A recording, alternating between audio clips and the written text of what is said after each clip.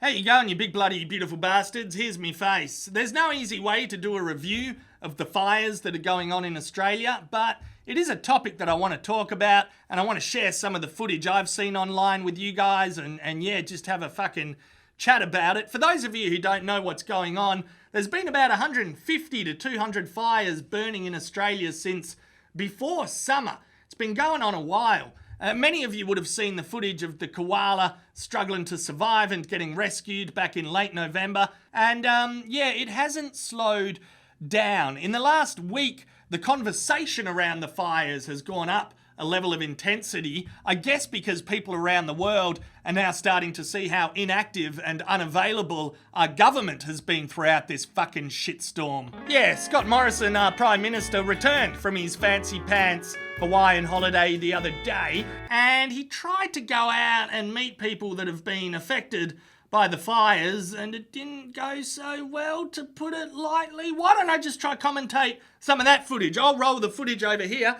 and we'll have a look at it. Here we have Scotty attempting to shake the hand of a pregnant Sheila whose house burnt down. You know what? Fuck that. It doesn't feel right. I'm putting that down. I'm already angry. I'm pissed off. What is he doing? He's grabbing her hand and making her shake his hand as she attempts to ask a legitimate question about more funding for the rural fire service, for the fucking firefighters. You don't even grab someone's hand and make them shake your hand at a birthday party, let alone doing it to someone whose house has just turned to fucking ash. You know what I mean? It's like you wait for your friend to introduce you and you each make a gesture that's, you know, you gotta shake. This is Gary, this is Steve, this is Julia. How you going? No, you don't forget over here, you prick. Even the bloody pug is like, what is this motherfucker doing? This is an infringement on social etiquette. And who the fuck is this guy dressed as the Bush Tucker man? Look at what he's doing to her. Let me roll this footage again. So many people here have lost their homes. We need some help. We don't have enough. We need more help. He's like, shh, love, shh. The Prime Minister likes quiet Australians with no questions. Stop asking questions. Go be a quiet Australian. You've got to be a quiet Australian. Fuck me. And I think there's some confusion between Scotty and Bush Tucker Man in terms of the dress code. Anyway, let's see how Scotty goes when he approaches a firefighter. How you doing? Not bad. You'd be tired. You'd be tired. Oh, no, really not tired. Oh, well, it's nice to see you. Nice to see you too, mate. Tell that fellow I'm really sorry. No, he's fine. I'm sure he's just tired. No, he lost the house. Oh. It's just an attempt to get a nice photo. That is what it boils down to. No matter how you try to look at it, his actions are just like, please, I need good publicity. Please, please. It's shameless and it's, I don't know. You are out. Good night. What about the people who are dead now, Mr. Prime Minister? What about the people who have nowhere to live? You're not welcome, you fuckwit.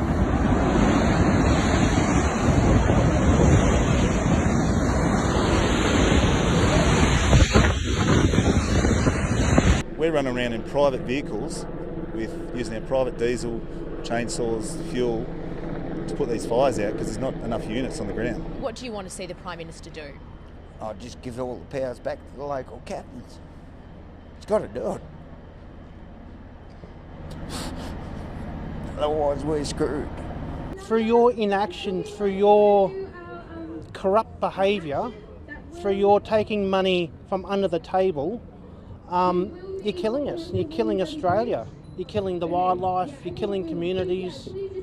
We can't cope with what's about to happen. I suppose the only positive to come from the callousness of the Australian government and its emotional constipation over this disaster is that it's helped raise awareness about what's going on down here on a massive scale. Over the last week or two, people have been like, Ozzy Man, what's going on with your government and that disaster down there? What's going on? Is your Prime Minister, is he in our country, Ozzy Man? Is he a bit of a dickhead? I think he's a dickhead. Get involved in our politics. I'm not like, stick to your country. Like, we are one world. We are people. So the fact we've got a shit government is just raising awareness even more for this disaster, and it's been incredible to see, especially in terms of donations and whatnot. And it's opened the floodgates now for super duper important conversations on fire management, wildlife conservation, and climate change. Again, we're seeing fire behaviour we're not used to seeing. I mean, usually we've got a plan. We're putting the back burn here, do that, do this. Now it's more reactionary. We've only just got into summer and we've got to survive now until, March, April. And I do believe climate change is real and that we can expedite it through our activities. If we keep jacking off to fossil fuels and overconsumption, I really don't want to imagine what the year 2100 is going to be like.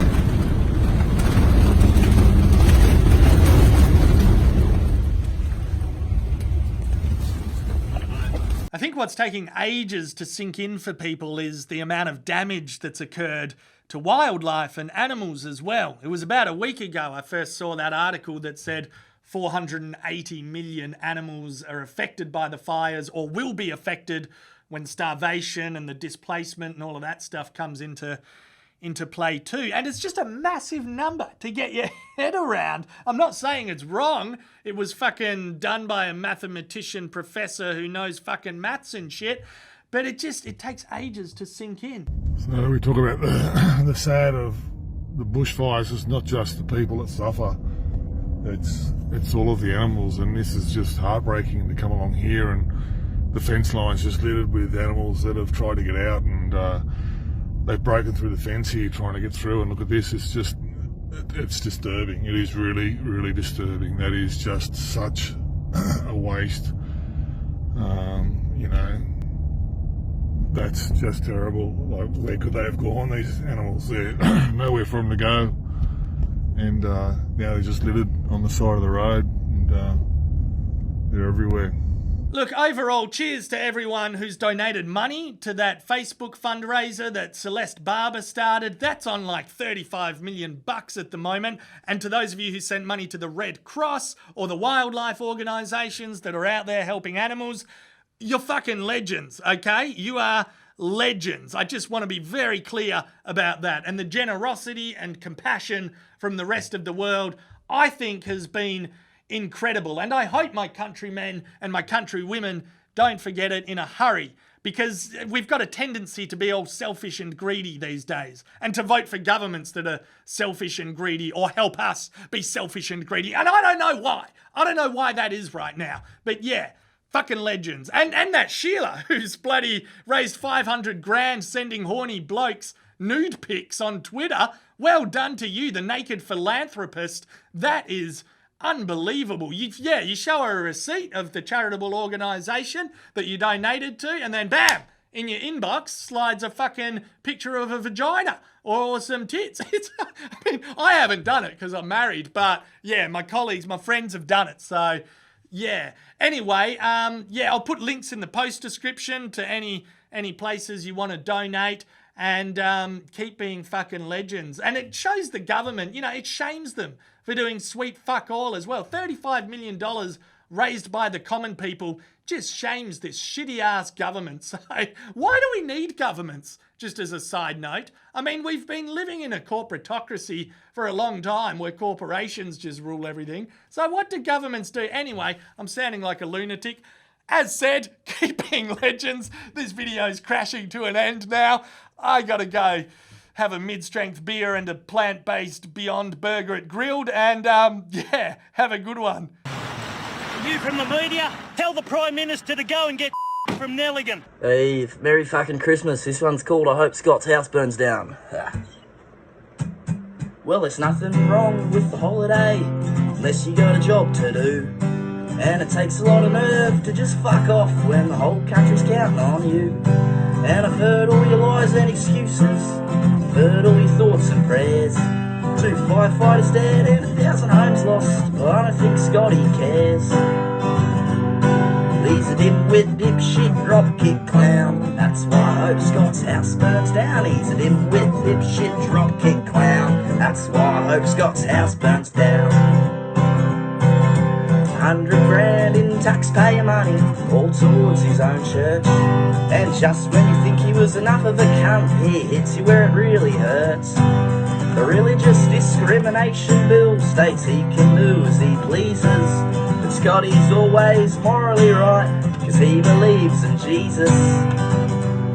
Well, he's a redneck racist right-wing clown, that's why Hope Scott's house burns down. He's a dimwit, dipshit, dropkick clown, that's why Hope Scott's house burns down. He's a hideous, hate-filled, homophobe clown, that's why Hope Scott's house burns down. He'll shit his ducks till his jocks go brown on the day